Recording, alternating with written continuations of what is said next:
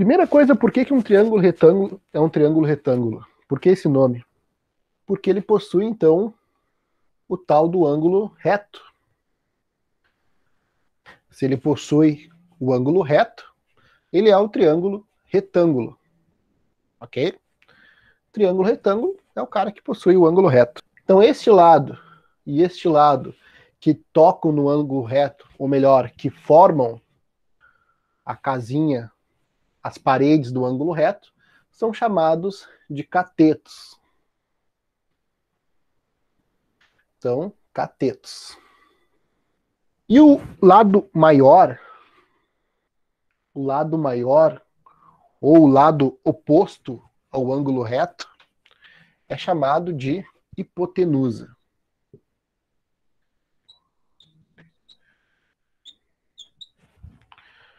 Triângulo retângulo, é retângulo porque tem um ângulo reto, é formado então por três lados, né? Porque o triângulo é um polígono de três lados.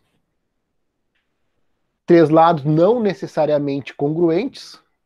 Triângulo não precisa ter os três lados congruentes, porque se ele tiver os três lados congruentes, ele vai ser um triângulo equilátero. E aqui, por exemplo, nós não temos um triângulo equilátero e ele não deixa de ser triângulo. Ele é um triângulo, então, isósceles. É um triângulo isósceles. Esse lado é igual a esse. E eu já defino, então, as duas classificações para este triângulo. Este triângulo é um triângulo retângulo isósceles. Vocês entenderam por quê? O retângulo porque ele forma um ângulo reto e um triângulo porque ele tem três lados, não necessariamente iguais. Não, mas aí no caso, ele é triângulo, mas ele é um triângulo. Este cara aqui é um triângulo retângulo isósceles. Ele é três coisas. Triângulo, retângulo e isósceles. Que eu classifiquei ele como polígono triângulo, como um triângulo em relação a ângulo e como um triângulo em relação a lado. Ok? Entendi. Show.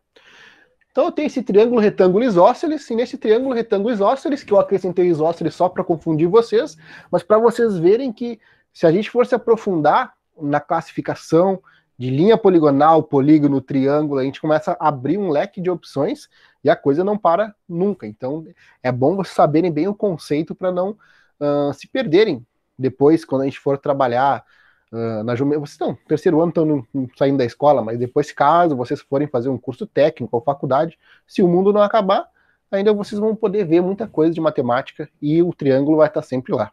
Principalmente quem for fazer engenharia ou alguma coisa nas edificações. Lembrando que qualquer movimentação que eu for fazer para esse triângulo, seja de rotação, translação ou reflexão, não vai mudar o que ele é. Ele não vai deixar de ser um triângulo retângulo isósceles, ok? Lembrem disso. E aqui eu posso não colocar o símbolo, tá? Mas vocês vão ter que saber identificar onde é que é o ângulo reto. Ó. Fechou o quadradinho aqui, não tem como ser nos outros. Em alguns outros livros didáticos, vocês vão achar isso aqui como cateto, cateto e hipotenusa. E outros como A, B e C. Tá tudo certo isso daqui. Não existe errado. Só existe a forma como se quer trabalhar a notação. Tem outras variações, mas não vem ao caso. Enfim, triângulo, retângulo, isósceles. Disso aí que surgiu lá com Pitágoras, aquele negócio lá que a soma dos quadrados dos catetos é igual ao quadrado da hipotenusa. Lembram disso? Eu não lembro, senhor. Eu vou te confessar que eu não lembro. Vocês viram isso aqui, talvez possam ter visto isso. A ao quadrado igual a B ao quadrado mais C ao quadrado. Então, isso daqui, gente, é meio que faz parte, ou deveria fazer parte da memória escolar de vocês. Se vocês, não sei se... Bem, vocês são da época do celular, né? Então, sei lá, de repente, o professor de vocês possa ter trabalhado isso com um aplicativo, alguma coisa assim. Tem bons aplicativos para isso. E a gente fez essa relação aí, mostrou essa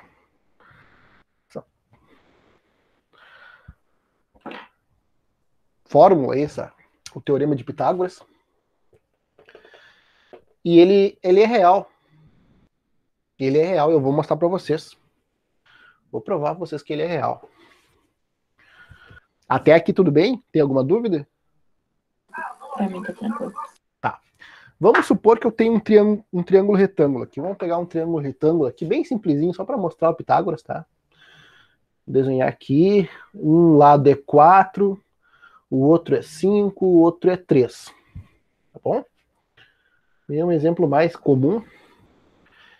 E aqui eu quero matematicamente provar, mostrar para vocês que o teorema de Pitágoras é válido. O que eu vou fazer aqui?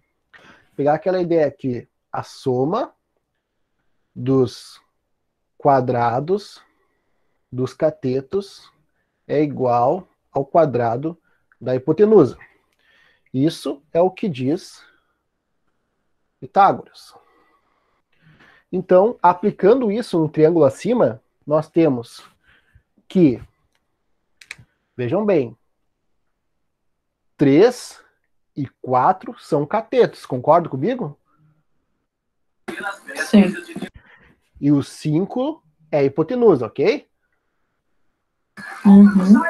Então eu vou pegar a fórmula ali, ó, parênteses ao quadrado, mais parênteses ao quadrado.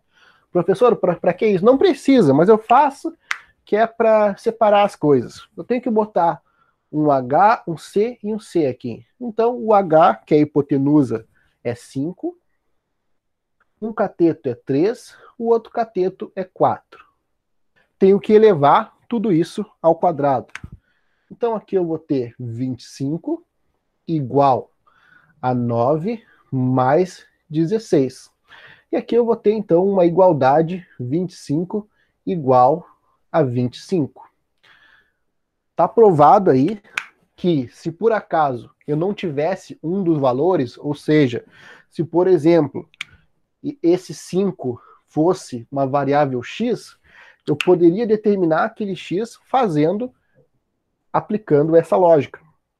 Então, mostro para vocês aqui que dentro do triângulo retângulo existe essa característica, onde, por Pitágoras, nós podemos determinar os catetos e a hipotenusa. Eu acho que por hoje tá bom, daí na próxima aula eu continuo fazendo a classificação em relação a ângulo. Então tá, se alguém tiver alguma pergunta, então, senão eu vou ficar aqui até o último sair. Eu vou tirar um print do quadro, porque eu quero que eu peça no caderno. Tá. Vocês conseguiram entender alguma coisa? É importante que vocês entendam alguma coisa. Sim. Perfeito, então tá bom. Bom descanso para vocês, até a semana que vem. Valeu, senhor. Até semana que vem. Feito. Obrigado, senhor. Boa noite. Até a próxima aula. Tchau, tchau.